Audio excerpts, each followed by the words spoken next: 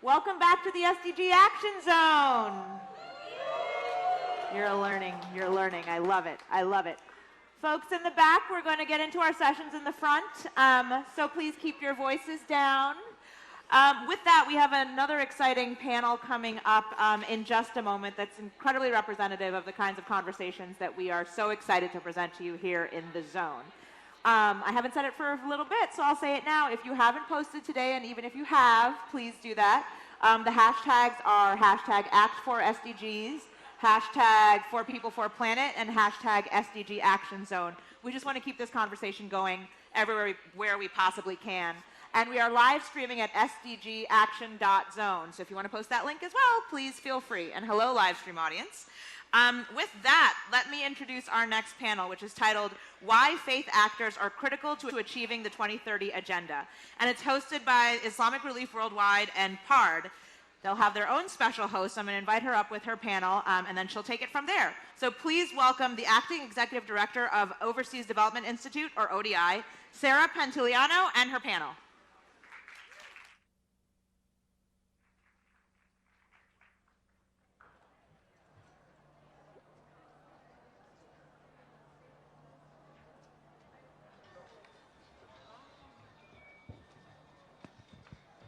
We're missing, here you go. Great, good afternoon everyone, and welcome to what I think is a really critical discussion in this UNGA week. Why are faith actors so critical to achieving the 2030 agenda? I'm actually really delighted to be hosting this conversation and to have an incredible panel to do that, and I'll introduce them in a second. But let me first reflect on why this conversation is so important. At ODI, we've just actually released the report that showed that we're not doing very well in making progress towards delivering the Agenda 2030. In fact, even some of the best indicators, in terms of making progress towards eradicating extreme poverty are slowing down. We actually, sort of going behind compared to the progress that we were making not that long ago. And to do that, we'll actually really need to make an extra effort in the last decade before achieving, if we really want to achieve the SDGs in 2030. And of course, that will require a lot more resources that so far have been largely coming from aid budgets, but will increasingly have to come perhaps from national taxation or other contributions of a bigger number of partners. And faith actors have a critical role to play in that. I mean, there's been a lot of discussion in these past 2 days about the role that technology can have in advancing towards the SDGs, but say that perhaps we also need to think about the role that traditional community networks, and in that faith leaders and faith actors can have in leveraging other sort of opportunities, other strengths, if we want to make progress towards the SDGs. That's why this panel is so important, and that's why I'm really delighted to have a fantastic group of colleagues representing different faiths and different organizations that are making phenomenal contributions towards making progress towards the SDGs. Let me introduce them, starting with Christine Allen, who is the director of the Catholic Agency for Overseas Development, CAFOD. Christine has actually been appointed as the director of CAFOD only this year, a few months ago in spring, but she comes from a long career leading a number of faith-based organizations in the past, both in the Catholic faith and also in Christian faith more widely, because you were director of policy at Christian Aid as well. Sorry, I've got the wrong order compared to how they're sitting. But next, I'm going to introduce Ivy Cook, who is the program coordinator for Soka Gakkai International. This is a worldwide Buddhist network that really promotes peace and understanding. She works here in New York, focusing particularly on gender equality, and she's been the vice chair on the NGO committee on the status of women on the New York Executive Committee. Next to Ivy, we've got Dr. Nasser Ahmed, who is the CEO of Islamic Relief. He is actually convening this conversation today. Nasser has been with Islamic Relief probably since he was created. He's been there for 20 years, but he's been the CEO of Islamic Relief since 2016. And he also is a member of the Advisory Council on the UN Agency Interagency Task Force on Religion and and development. And he is a refugee who has come from Eritrea, and so has lived, he has a lived experience of a lot of the challenges we'll be discussing today. Sitting between Avi and Christine, we have Jean Duff, who is the Chief Executive of the Joint Learning Initiative on Faith and Local Communities. And JLI is an international interfaith multi-sector collaboration hub that is focusing on doing research, on really bringing evidence of what faith groups can do. But she also has funded the Center for Interfaith Action on Global Poverty at the Washington National Cathedral and co-convened the Women, Faith and Development Alliance.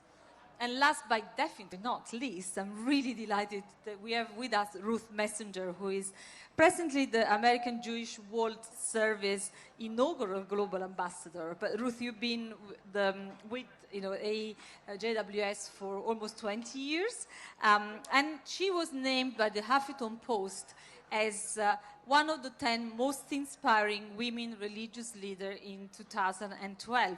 And she's also serving as the inaugural Social Justice Fellow at the Jewish Theological Seminary of America. What an amazing panel. I think we're going to have a brilliant discussion. So make sure you make a buzz online. You heard we got a hashtag which is SDG Action Zone, but please also use the hashtag SDG Faith 2030. It's an important conversation. We want to make sure that it's not confined to this room and the people out there know what we're talking about. So let me start with Christine, because she's just come back from the DRC. And I want to start with a really tangible example of what's happening on the ground and what faith actors really can do in some of the worst crises around the globe. And obviously, you were there, Christine, because of the Ebola crisis in the DRC. Can you tell us, can you bring to life for all of us what you actually saw as the most important contribution of faith-based organizations in that specific crisis? Thanks, Sarah. Hello, everyone. For me, I want to sum it up in 3 words, really. The first word is trust, the second word is presence, and the third word is access. And so, trust, let's start with that. DRC is a country, I'm sure, known to many of you, and it's a country that's been ravaged by conflict for a number of years. And if you imagine that communities are afraid, communities are nervous, and I don't know if you've ever seen the kind of personal protective equipment that people who are protecting themselves from Ebola are wearing, but they look a bit like spacemen, every bit of skin is covered. And if you imagine being a community that is a nervous and frightened and broken community, and in comes someone having to be dressed like that, it's completely contrary to everything that you feel as a human being. It dehumanizes everything. And we've seen also examples of how medical people have been attacked as well. And the issue for me about the church is they're a trusted voice, and the trust of saying, here are people who are coming to help you. You can trust these people. And that opens doors in a very big way. And they're trusted as well in terms of the words that religious leaders tell them and things to do. And that can work both positively and negatively. So if religious leaders are not accurately informed, they can actually be promoting the wrong messages. And so when I met the Archbishop of Bukavu, he was trying to illustrate himself the role model that he needed to have. And there's a great photograph of me doing an elbow bump. I'm going to ask Jean to show this. So you have to do like this. That's it. And it's rather than a fist bump, it's an elbow bump, because basically what that means is if you're in a long sleeve shirt, you don't touch skin, and you have a lot less opportunity to pass on the Ebola disease. So very small examples, but very, very tangible ones around trust, the presence of the church in communities, not just in terms of the religious places of worship, but actually in delivering services, in providing the health and education services that exist, but local groups that are providing support for one another. And then finally, access, that question about getting into communities that are often very isolated, and when other examples of services fail, the church's faith communities are there, and it's an opportunity that is missed if we're not worked with. Before I ask you the next question, can I ask one of the organizers to ask the colleagues at the back to either join us or be quieter? Thanks. how did you? I mean, obviously, as you say, the faith-based organizations have an incredible access, to communities and work very closely to them. How do they work with the more secular community, with the UN agencies, with the non-faith-based organizations, other NGOs, secular NGOs? How do you think the relations work in this crisis and in others you've seen around the world? And I'd be interested in the rest of you commenting on that as well. Okay. Well, one of the challenges that we felt is actually getting into the debates, getting into the planning discussions, and not just being seen as instrumentalized means of access. And I'm sure other faith communities feel the same way.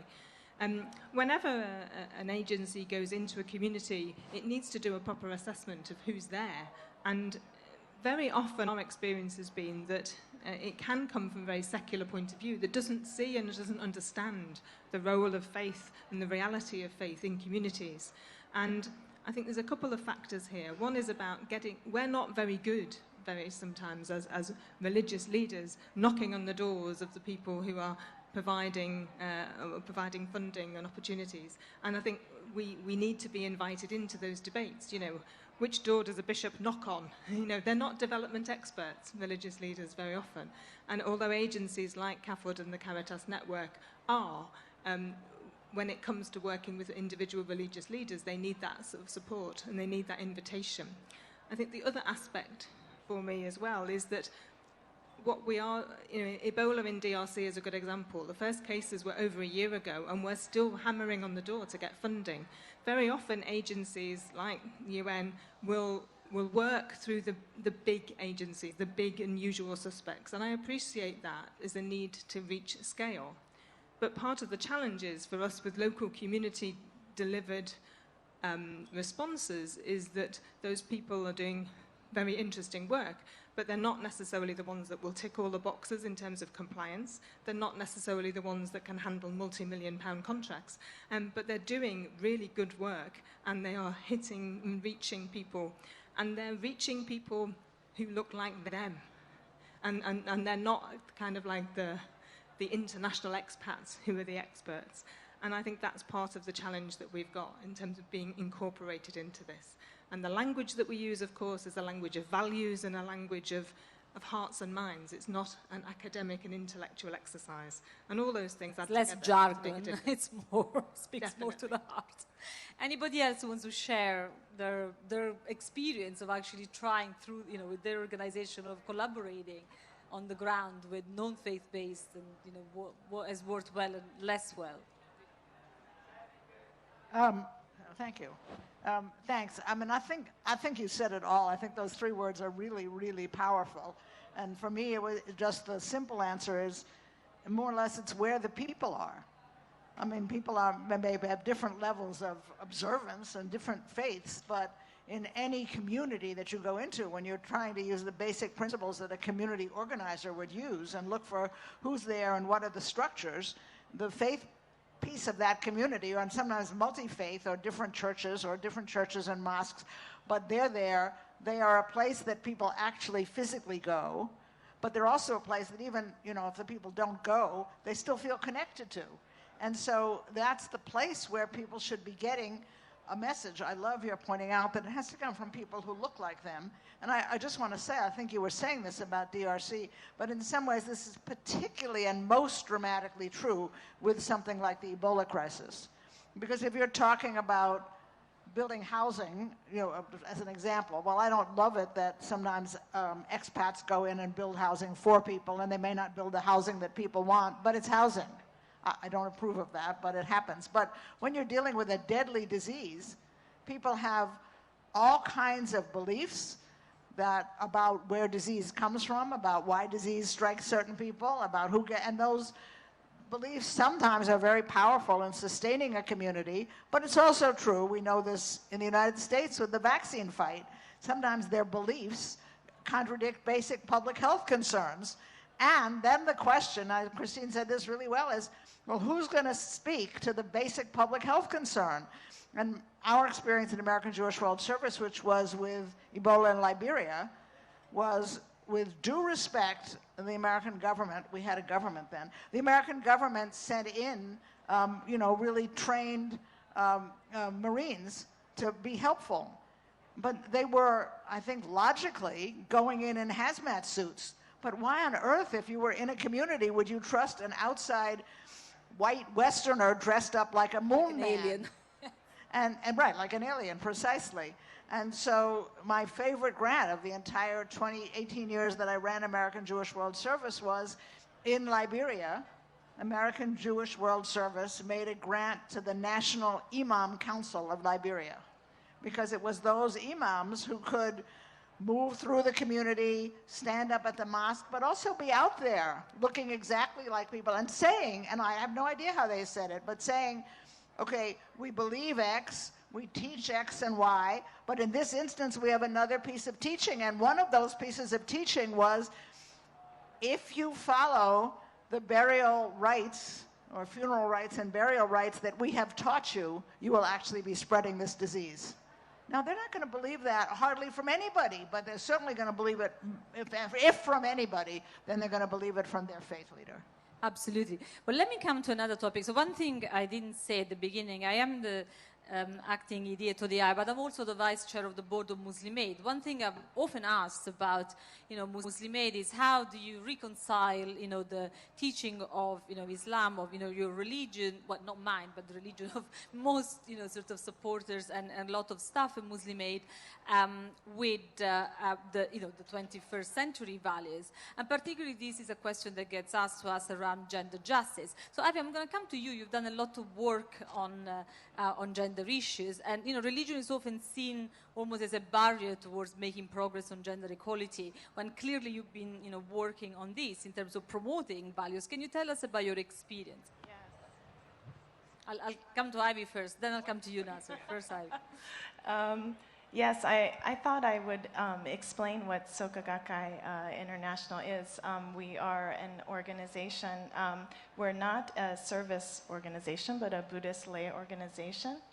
And our approach is through non-formal education, and mainly in the form of awareness raising in order to inspire action. The history of the organization dates back in 1930 to a group of educators in Japan, and we have national organizations now in 94 countries. And the basis of our teachings is from, it's the Nichiren School of Buddhism, which is based in the 13th century. And already at that time, the teaching of equality was throughout. And Nichiren had quite a respect for women practitioners at the time.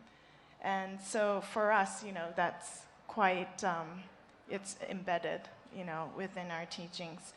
And in SGI, we have this process that's called human revolution. And by this, we mean a commitment to empowerment and the boundless potential that each one of us has. And so we have a real focus on the individual and the potential that they have, rather than, the powerless, So we also, in that individuality, really celebrate diversity. And that would mean that even within our SGI organization, we're going to have a very diverse group of views and perspectives, even if the teachings are, what it is. And, but we don't see difference as a cause for division, but a strength. And I think that embracing diversity, again, is really important to us. And I believe that that's why religion also can be a driver for change. And I'll leave it at that. Nasi was clearly, itching to get in on this. Good. All right. Yeah, thank you. Obviously, I'm from Islamic Relief, where we work in over 31 countries, and we are a 36 years old organization. You mentioned about the 21st century values and the Islamic values, whether they contradict. First of all, most of our values are in line and compatible with the 21st century values. And what normally happens is a misunderstanding of the religion and the practice of culture, that people think this is Islam or this is Christianity and so on. So what we try to do is that we do our own in-depth independent research to find out what Islam says about certain issues. If you talk about gender justice, we looked at FGM, we looked at early forced marriage, and we were able to identify actually these are not Islamic teachings. These are practices that are done in Muslim countries, and sometimes even by Christians and other faiths, but they do not have any basics in Islamic teachings. So what we do is that we go and teach imams, obviously these are the priests, Muslim imams, and explain to them what this is about and how to prevent early forced marriage and FGM. Once you work with imams, as Christine said, imams, faith leaders are respected, they are trusted, and through them you can actually get your message across. Just want to give one example that happened in Bangladesh in a remote area. A Western-based NGO that is not very familiar with Islamic teachings, with Muslim culture, tried to introduce family planning. But their first message was use condom. And just imagine you go to a rural area in Bangladesh, the first thing you tell them is condom. They think you are encouraging sex outside marriage. And that is a big issue. So they couldn't succeed on their family planning program, so they came to Islamic Relief. When we looked at their program, I said, well, you're doing it wrongly. So we redesigned their program, their leaflets, and we started with the community leaders and with imams. And we were able actually to convince the imams actually to teach the community the advantages of family planning, and that was not contradicting Islam.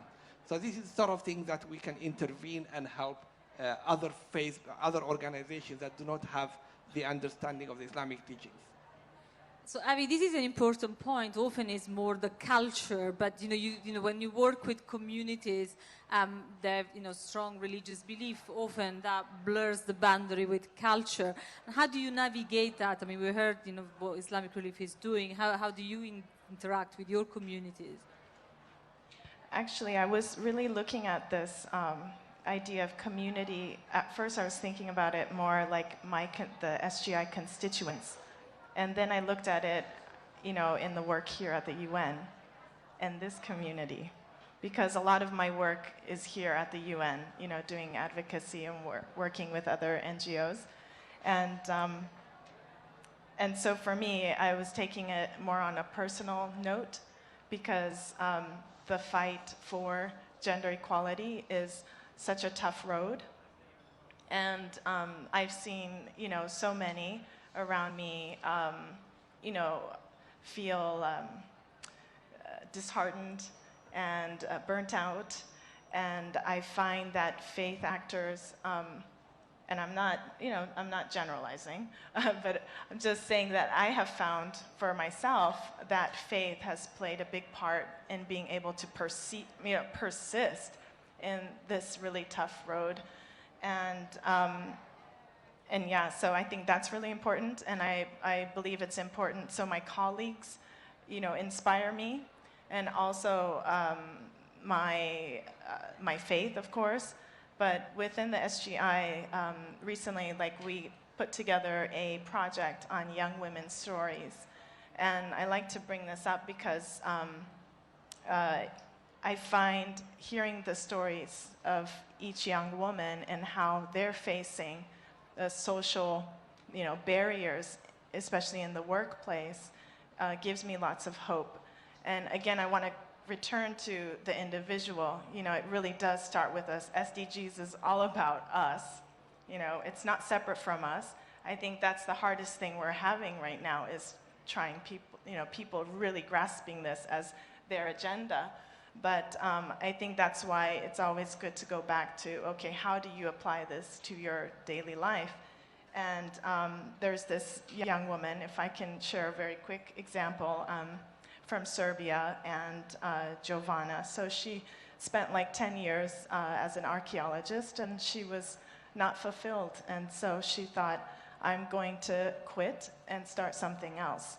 She was unemployed. So this is, a pretty common kind of challenge we find. And she was unemployed, and then her friend said, you know what, why don't you create something rather than, wait to, fit into a box. And at that point, and she mentions her Buddhist practice, that's why I wanted to quote her, but she says, From that point on, I changed everything about my strategy, from deciding what steps to take next to my way of thinking about success. It was also around this time that I started my Buddhist practice, which helped me realize that everything I thought I had wanted, everything society told me I should want, wasn't important to me. I changed my way of living completely. I began to look at my life differently, and most importantly, I finally learned to listen to myself. So again, this internal transformation making an impact in her environment. So that's very powerful. Thanks for that. I mean, we've talked obviously just now about SDG 5, the gender one, but the paramount effort, if you want overall, for the SDGs, one of the great objectives is to eradicate extreme poverty. So I want to focus on that a little bit because at the beginning, as I said, we know that we're actually not doing so well. Nasser, what can your organization do, that a secular organization can do in this fight against poverty? What do you bring that it can be done with a secular organization? Okay, thank you. I think obviously the faith leaders and faith-based organization, we can do a lot, but let me just give you some statistics. First of all, the level of poverty globally is not going down as is expected. Now, first of all, there is population growth, and there are a lot of protracted crises that are happening all over the world. Now, currently it's estimated around 26 million people every year that made it out of poverty are going back to poverty because of climate change. Then you have a problem that about 800 million people who are living in poverty, about 80% of them, by 2030, they will be living in protracted crisis, protracted contexts. So that's a problem that the issue of protracted crisis is increasing. The conflict is increasing. Obviously, climate change is also causing problems. At the same time, there's a huge gap in funding. Annually, there's around $15 billion. That's the gap of lack of funding between what is required and what is needed. Now, what Islam can do, as an example, is that Islamic social finance is a quite comprehensive and extensive solution to these problems. One of the most prominent instruments of Islamic social finance is zakat. Zakat is one of the 5 pillars of Islam. Muslims are expected to pay 2.5% of their wealth annually, obviously as a charity. It's very difficult to estimate, but it's been estimated between $200 billion to $600 billion a year can be raised just using zakat. Obviously, if you just look at 200 billion, that's about 15 times what is needed by the 15 billion dollars gap. In addition, we had an estimate that if only the most richest people, 10 people in the world, paid their zakat, that would be equivalent to $7.7 billion. That's half of the gap that need funding. So there are Islamic teachings that actually can fill the gap of financing. In 2016, at the WHS, the World Humanitarian Summit in Turkey, there were more than 2 sessions talking about Islamic social finance. As a result of these meetings, UNHCR, UNICEF, even Oxfam, and Save the Children are now raising funds in zakat. They are fundraising. These are secular organizations using faith teachings to raise money. So that's quite important, but there is a bit of danger in there. Zakat is quite sensitive and it's quite complex and has its own rulings. If it is not used properly, then there could be a mistrust by people because those who are raising it are not Muslims. They are not exposed to the full teachings of Islam. So we would like to collaborate with them. We would like to help them to see how zakat can be used, but it's a powerful instrument to eradicate poverty. Thank you. So the clock is ticking, and we haven't talked about the big issues of this summit so far, this angle so far, which were obviously was the Climate Action Summit. Climate is clearly by far one of the most critical challenges that we have for the planet. Gina, I want to come to you. Is faith an important tool to mobilize climate action? And can you give us some tangible examples of what has been done so far? What else can be done through using faith-based action? Thank you, Sarah. I think I'll take us back to Greta's extraordinary call, her moral call on Monday, just to start as a response to that. She said, people are suffering, people are dying, entire ecosystems are collapsing, we're at the beginning of a mass extinction, and all you can talk about is money and fairy tales of eternal economic growth. You all come to us, young people, for hope. How dare you? She really raised the bar on the moral call. And I think that the faith community has the possibility and the strength and the power and the influence to respond to that moral call. I spent the morning in a very encouraging meeting over at the Salvation Army with World Council of Churches and Islamic Relief and ACT Alliance and the Anglican Church and Caritas and 100, I think, faith-based organizations who were all talking about their responses, their powerful responses in various dimensions of this call. Absolutely. Faith influence, as many of the speakers have already said. Christina illustrated it very well with Ebola. Faith influence for people who have a faith affiliation is extraordinarily powerful when it comes to culture and behavior change. And that's one of the major dimensions of change that we have to look for in relation to climate. So in terms of, for example, personal change, I mean, we need to change how we eat. We need to move to more of a plant-based diet. We need to move to eco-friendly transportation. We need to reduce our energy consumption. Faith leadership, and there are many wonderful examples. One you might like to look at is called livingthechange.com, which is a toolkit and a set of information about how faith communities can work with their constituencies to make those changes. A wonderful example in Burundi about how the Anglican Church in Burundi has committed over the next 5 years to plant 5 million trees. Another example in Jordan, where a consortium of faith-based organizations have got to get together under the rubric of Blue Mosque to change water consumption and water safety issues through an entire network of mosques across the country. So again, wonderful examples of not only behavior change, but also scale. I'd like to secondly highlight the power of faith in divestment and in changes in investment. You'll recall the tremendous impact of faith-based groups in the debt relief campaign. You'll recall the impact of faith groups in the dismantling of apartheid, when in both cases, investments and the power of the faith community changed. Faith accounts they're about the 4th largest investor group in the entire world.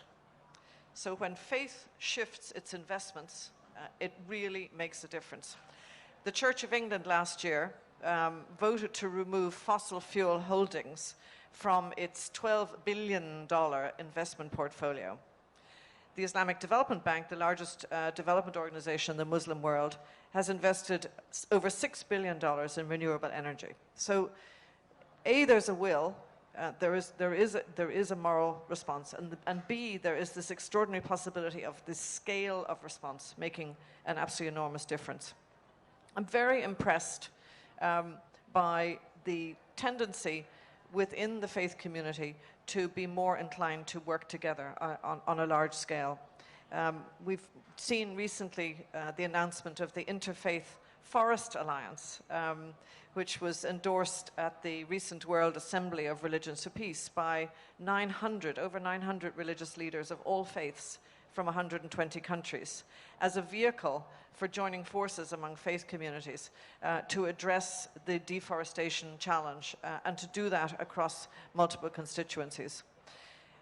Very excitingly, in the Catholic Church next month, there will be the Synod of Bishops for the Amazon, which will bring together 184 bishops from 11 countries in Latin America to consider the whole question about how the church can be a more prophetic voice, about how to advance integral theology, and most importantly, going to Ruth's point earlier, how to lift the voices of indigenous and vulnerable people. So those are just a few examples. Maybe I could say one more to tag for further discussion in the panel here.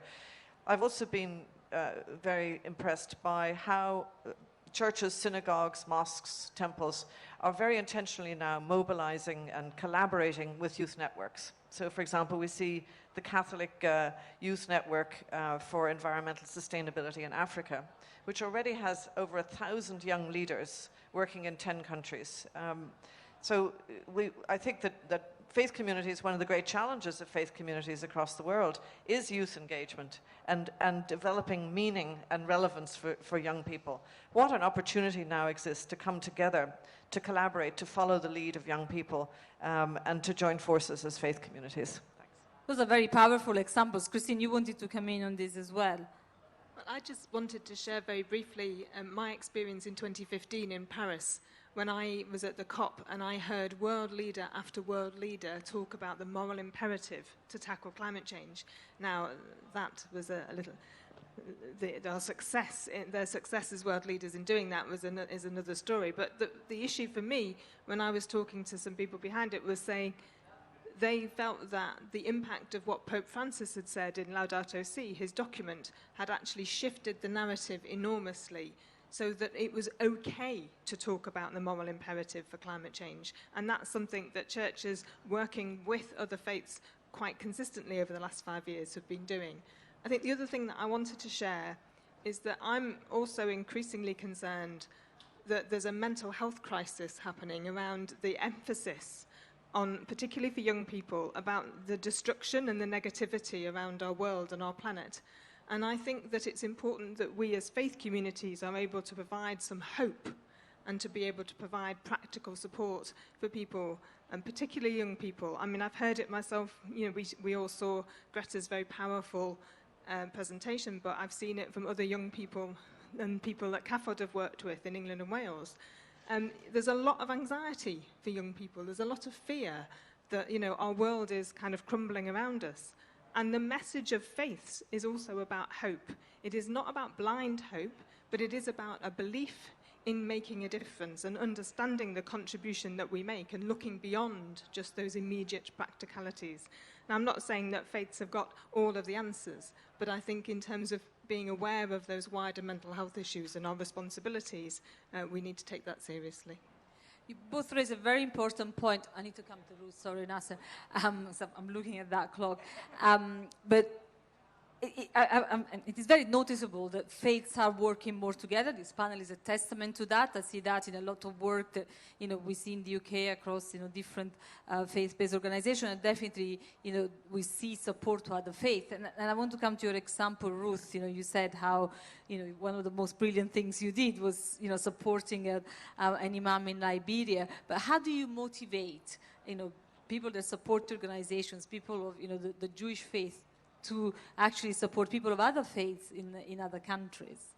I will answer that in 1 minute. I want to just pick up on the discussion about gender and say, and I respect what you said, all of us are working in countries and with local groups, some of them faith-based, some of them just culturally influenced, that appear to have their own notions of gender and gender roles, and we sometimes seem to challenge that. But picking up on some of what Ivy was saying, I just want to say that in my experience, with huge respect for local culture and local faith, it is most often the women who step up and step out and say, we're going to do something about this and we need to make change. So supporting them within the context in which they feel they can work, challenging the issues of gender justice is happening right on the ground all the time.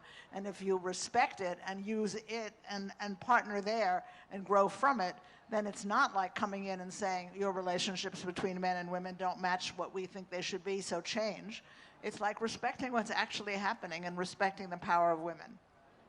So your question is a much more complicated one, and frankly, I think it's complicated at this time. That is, those of us who work in the global south on the ground, yes, some people are motivated by their own faiths to do this work, and some people and some of my colleagues work through people of the same faith on the ground. But the challenge for all of us always is, how do you bring the issues of the global south, whether it's statistics or stories? I'm glad you told a story or two and gave some examples. How do you bring those to the attention of people in the West and there's a particular challenge at this time when some of the basic freedoms, civil and human rights, and policies of this country and of some of the other Western countries don't set a shining example right now for the global South, and some of our Beautifully. and some of our faith adherents, including certainly mine, but I don't think it's just mine, are like, okay, we understand you've been trying to interest us in this work for a while, but now we have to use all our energies here. So I think it's a tension for everybody on the one hand, and on the other hand, frankly, the statistics and the stories make it clear that by far the most severe problems are in those parts of the world that basically they certainly don't get covered in our newspapers very well, and they don't even get covered on our various websites as well as they should. And so it becomes, if you believe in this, and by the way, you can obviously believe in it as a secular activist, if you just believe as a secular activist that we have to have fight against climate change, or if you believe it from a religious point of view, whichever point of view you believe it from in the West, then the job of those of us who believe it, for whatever reason we believe it, is to stick with it and educate the people we know in our communities to pay attention to the rest of the world. And so I see that as part of my job. And I think, and this, Christine started with this earlier, and Jean does this all the time, the reason that this is a faith-based discussion is because virtually every faith represented here and some others basically holds as a key belief that all people are equal and that we need to pay attention to those people whose equality is being, whatever you'd like, stamped on, squished, pushed around, sometimes by their own leaders, sometimes by overzealous people from the West, and we need to find ways to work with them. So the ways of how you bring those issues into the attention of a faith community here, I represent a faith community here that is basically not represented elsewhere on the ground, but it's a key set of teachings, if I could talk just for a minute, of my faith, of the Jewish faith, to say, first of all people are equally made in the same image. Second of all, the job is to create justice everywhere. And third of all, the job is to help people who are the other and the stranger, because we were once in those positions. Those are the messages. They're not very complicated. You just have to repeat them a lot. Is there anything you think faith-based organization could do better? We heard a lot about the great work they do, but is there anything that strikes you that could be done differently? I just pick up on the notion which 2 or 3 people spoke to, which we're often but not always good enough at, and that is collaboration. So whatever the particular faith that motivates me or motivates Nasser or motivates Ivy nobody can do this work alone. And we really have so much in common with us and so much shared concern about addressing problems of fill in the blank, lack of women's empowerment, spread of disease, et cetera, that we could always do better. The people up here are sort of the exception. We're all working at it very hard. But we could always do better to work collaboratively and to say to some of the international organizations, which JLI, Jean's organization, is doing very well, you need to pay attention to faith-based work because we have a different reach and a different connection and a different capacity to get to people and to make change. Brilliant. Let me open the discussion to the audience. We've got just about 15 minutes. If you take the floor, please say who you are, if you are affiliated to any organization, and if your question is for a specific panelist. And be brief, so we can take in more questions.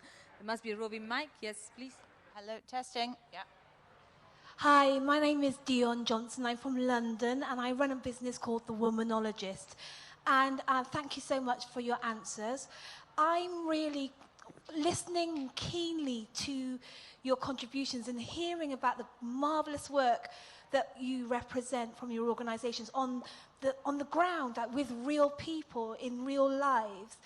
But my concern is that the people that we are serving as people of faith live and work within systems that are broken and corrupt and unequal. And I wondered what the panel thinks about the role of faith-based organizations and institutions in tackling systems that are broken. Thank you. Other questions?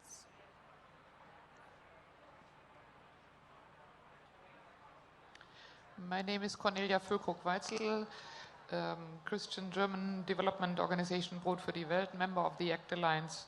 Mine is rather an additional comment to all the wonderful comments which have been made so far. Thank you very much for that. About the role of religions, what can religions do with what others cannot? UN agencies or any secular NGO coming from the north to the global south, they are foreigners who want to do something with the people or to the people or whatever you have. Religious communities are part of the communities. They are the people on the ground. They themselves can organize, or they can organize the communities because they are already community organizers. So it's the people empowering themselves and the people who are the actors. And that's the major difference. And I think that cannot be estimated high enough. It is nobody coming from outside. It is like the ACT Alliance is supporting the northern members are supporting the southern members financially. That's it, goodbye. But they come up with their own priorities, their own plans, and they implement it. And that's the real difference. And this is what makes for success. It's sustainable, and at the same time, those are the voices who would be heard by governments so far. If the space for civil society, including religious organizations, would not continuously shrink. But at the same time, we have to be aware that since we have this shrinking space all over, anyhow, any influence of any outsider, any international organization acting within some country is shrinking, shrinking, shrinking, shrinking. Thank you. I've seen more hands on this side. Thank you so much. My name's Andrew Hank. I'm a PhD student at the University of San Diego, USA. I had just a broad question for everyone on the panel as it has to do with research. What are you curious about, and what work can be done in academia to help perpetuate this conversation and move it forward? Lady at the front. Hi, Sana Birner-Carhart with the World Jewish Congress Diplomatic Corps. What are you doing when you are out in the field to achieve something either with regard to health, but in addition create another layer and show the beautiful unity that you have on the stage right now to unite all different religions, so you're doubling up on what you're doing? Great, and I'll take one last question. I thought there was a hand here. No, it's okay. That if there is a gentleman at the back there. Jonathan.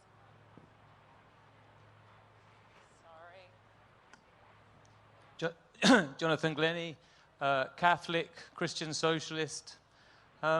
Just one of you mentioned Greta Thunberg. It was interesting listening to her, and it felt like no one was speaking to world leaders in the way that she was speaking to world leaders. A lot of us kind of remembered our own youth. I don't think I've spoken that angrily since I was about that age.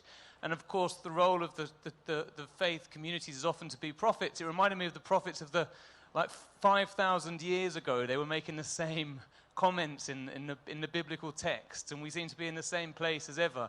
And I wonder, and I guess this is a challenge to you guys, do you think that you are expressing that anger and that prophecy enough when you have meetings with power? Because it feels to me like sometimes we hardly see that, and everyone's really nicey and diplomatic. But listening to Greta yesterday was so inspiring.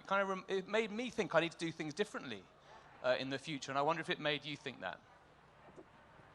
That's brilliant. Thanks, Jonathan, for that. Nasser, I'll start with you, and I'll come down to Ruth. We've got 7-8 minutes. So we've had questions on how do we tackle broken systems, how can academia contribute, how can we leverage more of this, focus that community organizers, that this power, if you want, that can have on the ground. How do we show this unity on the ground? And last but not least, how do you really embody and enact your agency, your prophecy?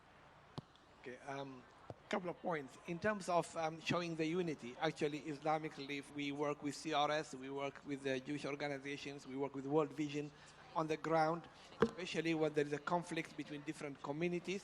We are bringing in different faith leaders from all aspects, Muslims, Christians, Jewish, and obviously try to resolve that problem. And that one example is that work we did in DRC. So there is work going on the ground. I agree with Ruth, we need more collaborations, we need to do more work. But we are doing it, and we are explaining to people that we, people of faith, of different faiths, we can work together and we can find lasting solutions for the conflict. The second part about the lady, I didn't get your name, is about the injustices that are happening and the corruption, and what are we doing about it. In Islamic Relief, now we are going to launch our Islamic Declaration on Gender Justice that has specific commitments in terms of empowering women in mosques, in organizations at leadership level, and so on. And we've had over 18 months of consultations with different faith leaders and secular organizations. And we think that it's a 3-year project. Once we launch it, it will tackle some of the issues. But I have to admit, the problems are much bigger than any single organization can tackle. Thank you. Ivy. Yeah, I can't agree with that last statement enough. And we are working within cultural context and social constructs and political things. So there are challenges, even though we may believe in equality, but we know that it's not being practiced anywhere in the world, really. Truly, right? And, but, we have to keep persisting.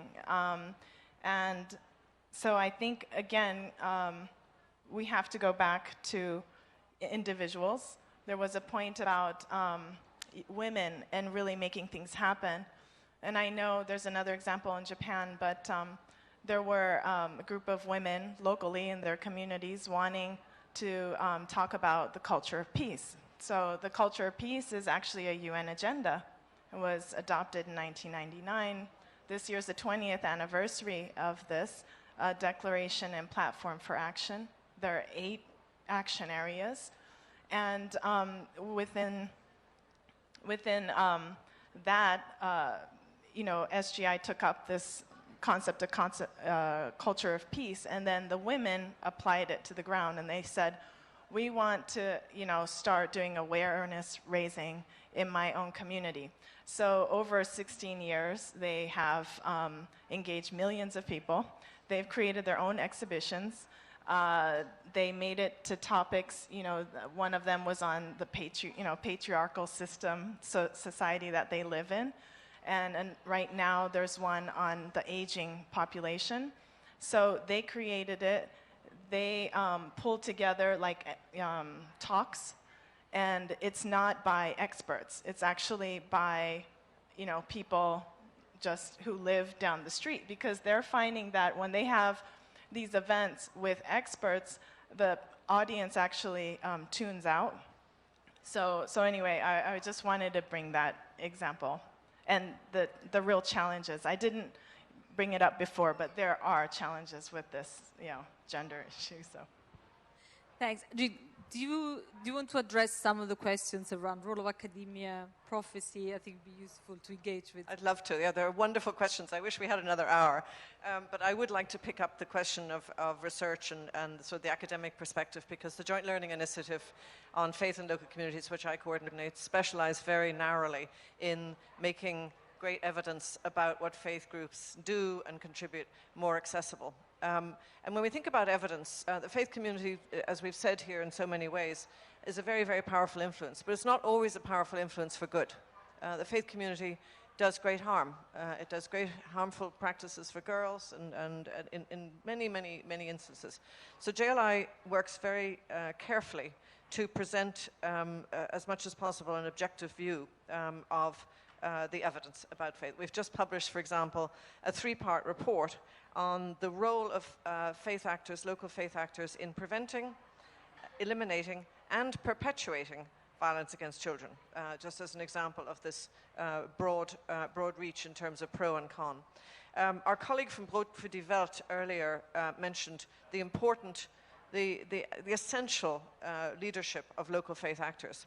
And I think, Sarah, you were saying earlier that we're really seeing an evolution in understanding about the potential of the partnership with faith for realizing the SDGs. But there's also considerable question about how to engage. So yes, we should, and maybe we have to hold our noses in doing so, but I really don't know how it is I'm going to avoid Bibles in rice bags or dealing with ISIS by mistake, if you like.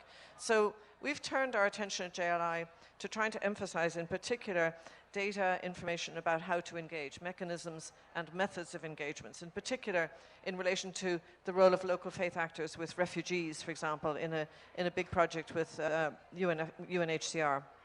I would like to flag 2 other areas very quickly because I know our time is so short. UNICEF has embarked on an extraordinarily ambitious project to more effectively engage with faith partners at the local level for the benefit of children.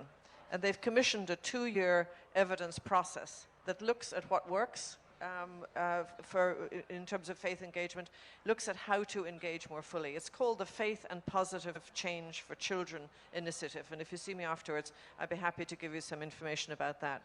There is also a wonderful UN initiative, UN environmental program that's called Faith for Earth, and that's run by Dr. Iyad Abou-Mogli, started in 2017. And among other things, he is very focused on supplying the evidence-based. And one just last thing for our academic friend over here. You'll be astonished to know that there's actually a randomized controlled trial of the faith effect in reducing poverty in the Philippines. This is the International Care Ministries project, which is a very large-scale project that has actually looked specifically at unbundling trying to unbundle the faith effect itself as distinct from a development intervention. And going back to an earlier comment about this quality of hope, what difference does faith make? The evidence from this preliminary result in the RTC shows that faith groups are particularly capable in engendering and strengthening a vulnerable person's quality of hope and the sense of the possible, which might be one of the lasting contributions of faith. Thank you. Thank you.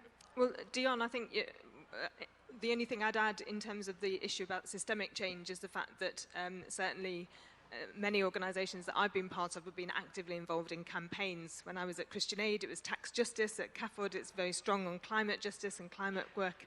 And I think that's part of what we're trying to do, is to give people a platform and give people a voice. And it's especially so when we're working with our local partners overseas to give them the voice and to give them the influence. So a lot of our work is around governance and about helping people to access voice.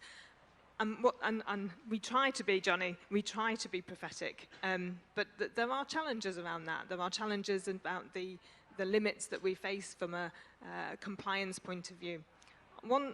Two things that I want to sort of finish with is saying is that, linking into your question, Sarah, about sometimes we're part of the problem, not just part of the solution. Faiths are homogenous, you know. There's extremes across all faiths. We all have our Taliban, someone said to me once, and that is very true. And I think you've got to remember that when you're working with faith-based organisations like ourselves, we're actually mostly the mainstream. And if you don't work with us because the faith has something in it that you don't agree with, then actually you're giving more room to the extremists. So please, please remember, as part of the analysis of what's going on in a local community, the importance of faith. And that local community, which is my final plug, is the fact that in 2016, the World Humanitarian Summit agreed localization as a principle, and we're still desperately short of that commitment. And you can't get more local than local faiths. And I think for the UN to take seriously the localization agenda has to take on board the role of faiths at the local level. Thank you. And Ruth, the one question we don't address is how can we show I think there have been some very good comments about the efforts for collaboration on the ground. I really appreciate that. We all have wonderful stories of collaborating across all 3, 4, 5 faiths on sending that message. Just not by spending too much time talking about it, more so by what we do that shows people that actually we're working across lines of difference and that that's one of the ways of making change. I think there's also been a lot of emphasis on the fact that everyone is working as much as possible with local groups and supporting local empowerment. But to pick up on Christine's point, then though you need to find the ways in which those local groups are ready to challenge their own broader systems, because you can help a group, whatever, farm its land better, protect its water, but obviously the systems are broken, the corruption is massive, and the only ways to work on that, in my judgment, at that larger level are advocacy. Many groups, certainly that we work with, so I assume that everybody works with, are ready to organize for advocacy, to actually take cases to courts, which sometimes work better than executives and legislatures, and win some cases. I would only add to that, which you can cut either way you want, but when you say like all of these systems are broken, I mean, you gave an eloquent description, but my first response was, yeah, that's true in my country also in your country. So where there are problems of system breakdown, political infighting, corruption, we, in a sense, set an example as individuals and through organizations if we're also willing to admit that. And it's not like coming into another country and saying, okay, so we're perfect, so now that we've solved all the problems, let us tell you what to do. We're far from perfect, and in the case of America right now, also UK to some degree, our governments are stepping back from the advocacy work that they were doing and the government funding that they were doing that was supporting change on the ground, and retreating. So it then behooves all of us, to be fighting back loudly. And then I want to end with a comment on the prophetic question. I think Greta is amazing. I think we're not nearly angry enough most of the time. I also think that certainly people in power, and sometimes even just audiences, you have to be good at what you do to speak at the level of prophecy and with appropriate anger. And frankly, it's why many of us at various moments in the lives of our institutions and organizations look for quote-unquote famous people, because they can get away with a lot. Okay, I'm old at some of this, but we made huge strides in fighting on the HIV/AIDS issues in the United States, whatever decade that was, 20 years ago, I guess, because we had Bono. Okay, and I couldn't have done in the offices of United States senators what Bono did, and I knew that. I mean, I had the ammunition, I had the messages, but to get spokespeople like that, and Greta in her own way, Malala in her way, those people who capture public attention and public imagination are the best prophets, because for some of us to be too much of a prophet, which frankly sometimes feels necessary, as you said, and also sometimes feels good, but it actually doesn't, it raises the tension between prophecy and leadership. And so I like to have the people who can get away with being phenomenally visible, angry, and prophetic, working on our causes with us. Thank you so much. I wish we had another hour to carry on this conversation.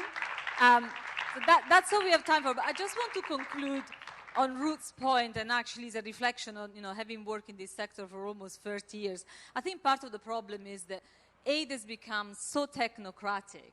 That's why, first of all, we don't manage to be as prophetic and as angry as we should be. But also, we've gone to great pains to almost remove the faith element from what we do, because we are so technocratic. We have to be so secular, when actually we know that it's so fundamental for so many people, particularly when they are in a crisis, particularly people who are destitute. It's a human experience, and yet we have we've moved, if you want, the 8 dials so far away from what is the lived experience of so many people. So I hope that today's conversation brought to life the importance that, you know, faith leaders and faith-based actors can really play in really making progress towards achieving the SDGs in 2030. With that, please join me in thanking the panel for an amazing discussion.